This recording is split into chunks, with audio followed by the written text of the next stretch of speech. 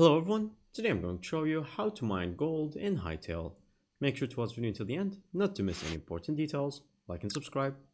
So first things first, you need to find a cave, which you can find the entrance over upside, and you will need it to be very deep, because gold is not easy to find on the surface. So once you find a deep cave enough, and then from here you're going to search down and make sure that you have a lot of torches to keep your light head away, so you can see everything in the cave. Once that is done, you're going to find these. This is going to be gold core. Now, this is going to be different from the copper core. So, copper ores are going to be this color, this is going to be iron, and this is going to be gold. And you will need a pickaxe.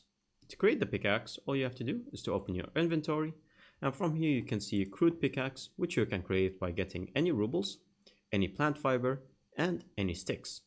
So as you can see, I have sticks, plant fibers, and I have some rubles.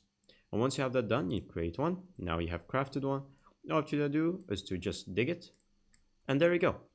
Now you have gold ore.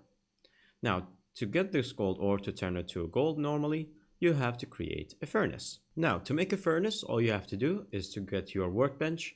And then from here, you're going to open it. Now from here, as you can see, there's a small sign right here. And it shows you the crafting. And the first thing is going to be the furnace.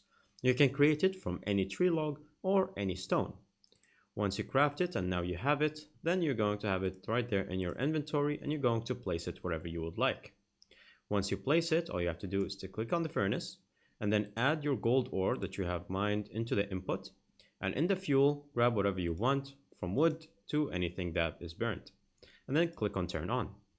Once that is done, make sure that you keep adding more wood so that it keeps the light on. And then after that, you're going to have an output of coal, but also gold ingot. And now you have mined gold.